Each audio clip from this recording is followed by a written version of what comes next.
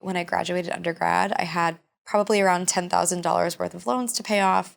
It took me about 6 years, just in time to take out new loans to go to grad school. I finished grad school with about $70,000 in loans. Once I exited the grace period and started having these massive monthly payments, someone I knew from grad school tipped me off to the prospect of refinancing your loans to get a better interest rate than you got in your initial loan. So it was a trade-off. I'm paying more every month. But in the end, because of the lower interest rate and the fewer years of payment, I end up saving about $10,000 of interest that would have accrued on top of the $70,000 that I already owe. So that's the decision I made.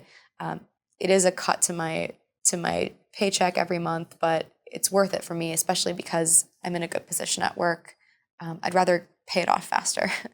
Before I started paying, all the different loans were $5,000 here, $6,000 here, and I couldn't see it all as one solid figure. It was a lot easier for me to say, if I can't find them all, I'll take care of it later. Like, I'll deal with it tomorrow, or the next year, the next month. So I decided about a year ago to consolidate them all into one amount in one place. That's definitely been helpful, as well as joining an income-based program. I started making payments 6 months after I graduated, and so to date I have $37,000 that I owe on my school loans. There's also a teacher loan forgiveness program. If you make 120 payments, which is about 10 years of payments on your school loans, you can, and you're working for 5 consecutive years as a teacher within an at-risk school setting, you can get some or part of your loans paid off. So that's a great advantage to also working in the education space as well.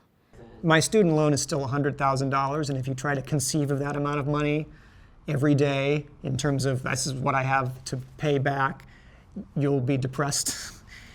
So I think of it in terms of my monthly, what I pay for my student loans. I'm on what's called an income-based repayment plan, so you can normally you'd pay a lot more, but if you make under a certain amount of money, you can minimize your monthly contributions to your student loan. You end up paying longer into the future, but for the right now, your payments are a little more manageable monthly.